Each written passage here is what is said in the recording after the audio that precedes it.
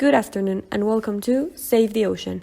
In today's program, we will be talking about sea pollution and the relation that Mexico's culture has with environmental issues, as well as analyzing and listening to the point of view and different perspective of three guests. Throughout humankind, water has been a vital natural source for life. Not only provides life to us, but gives life to all living things, plants, trees, animals, among other things. Unfortunately, humans don't see this.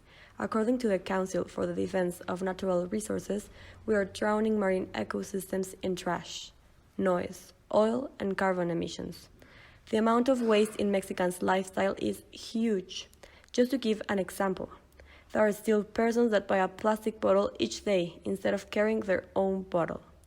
The problem is that these bottles, instead of ending in a recycling industry, they end in the normal trash, which later ends in the coastlines and finally is dragged towards the sea.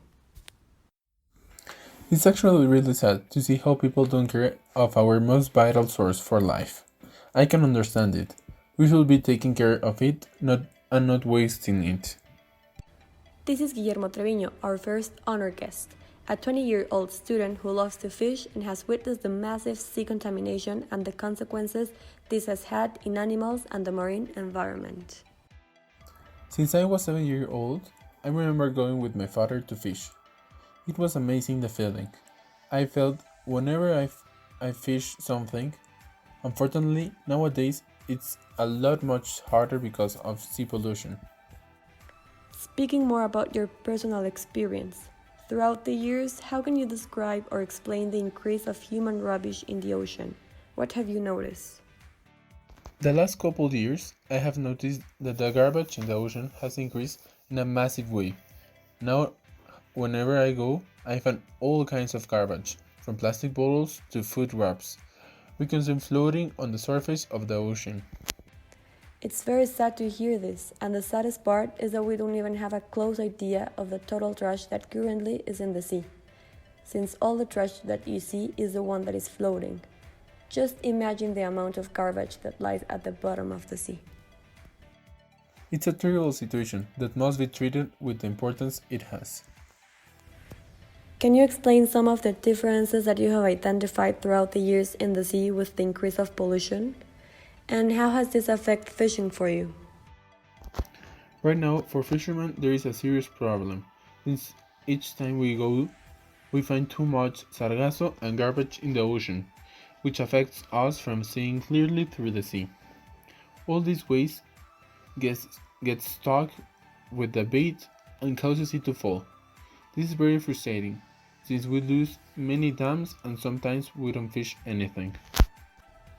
Finally, as a concerned part in this issue, what are some of the actions you do or think every Mexican should do to help reduce the Mexican culture of plastic use?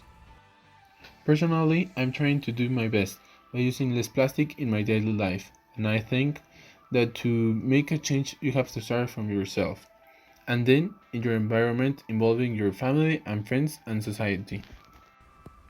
Thank you very much for your time and for sharing your experience.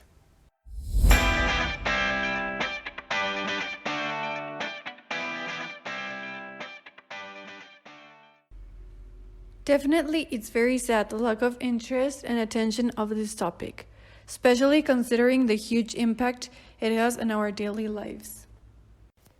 This is Andrea Solorio, a 24-year-old Mexican student that currently studies marine biology. She has gone to several programs that perform actions like cleaning Mexican beaches or helping animals in need to prevent more damage to the marine ecosystem. That's right. Recently, I've got to several programs that involve beach cleaning and release and monitoring of turtle nests. From your perspective, do you think the lack of environmental knowledge in Mexico is a factor in the massive increase of sea pollution? And why? Absolutely. As a society, we don't even know how rich is our country biologically talking. We are a mega diverse country with a lot of endemism and huge percentage of different groups. If we could understand how it's all connected and indirectly affects us, maybe we could put more attention to what is really important. As a volunteer in an organization to help the ocean, what is your perspective or opinion in the role that the government is taking on this issue?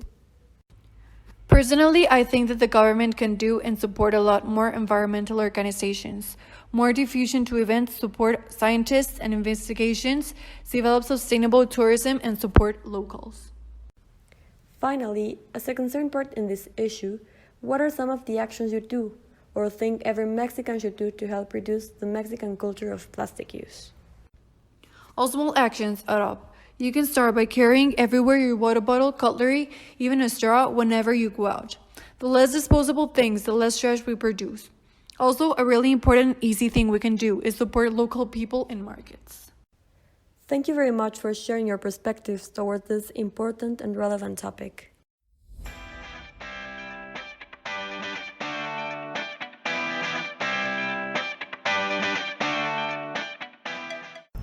It makes me so angry how there are a lot of people that actually don't care about protecting the amazing ecosystems we have.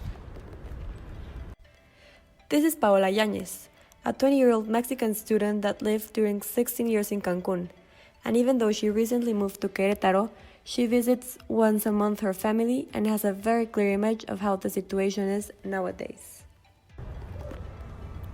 That's right, and in each visit I make, I get to see all the changes happening in the coastline of Cancun and how the environment is really being affected by our negligence. From your perspective, do you think the lack of environmental knowledge in Mexico is a factor in the massive increase of sea pollution, and why? Yes, because most people in Mexico don't know the impact that everything they do has on their environment. Too much plastic is used and almost nothing is reused or recycled. Sometimes many people throw their garbage on the beaches and all this waste ends later in the sea. The huge increase of sea pollution has affected your family or friends in any way, and why? Yes, very much, especially to enjoy marine life. One of the things that I am most grateful for is to have grown up in Cancun, surrounded of so much life and nature, going out to sail and seeing sea turtles, fishes, and dolphins. Now, it is rare to see marine animals nearby. Also, when I was a child, I used to release turtles, help blue crabs to cross the street in migrating seasons, swim with the whale shark, etc. And now I don't see kids doing that kind of activities anymore. Finally, as a concerned part in this issue, what are some of the actions you do or think every Mexican should do to help reduce the Mexican culture of plastic use? I believe that we could increase support for local businesses rather than supermarkets, carry cloth bags, and buy as little as possible of food that comes packaged. Also, try to reuse as much as possible and separate our garbage. Thank you very much for giving us your time to share your experience and point of view. Actually, I have learned a lot about this topic and the effects it has directly and indirectly in the lives of many Mexicans. It is really interesting to listen to all of these point of views and seeing how everyone thinks that more education means more awareness and more protection for the environment. It is also very satisfying to see how all of the interviewees are doing something to improve the situation and make this world a better place. Although it is necessary to make an emphasis on the enormous this problem is and all the consequences it is having. For the opinions we heard, we can now have a better idea on how has sea pollution incremented in the last couple of years, and how this is also related to the Mexican culture, since as one of the interviewees mentioned, we don't have the culture to recycle, reuse, or buy in local markets to reduce the amount of garbage we create. Thanks to all present, it was a really positive, interesting, and enriching experience. Also a special thanks to everyone listening this podcast. I hope that both the guest and the audience had enjoyed this as much as I did. Until next time.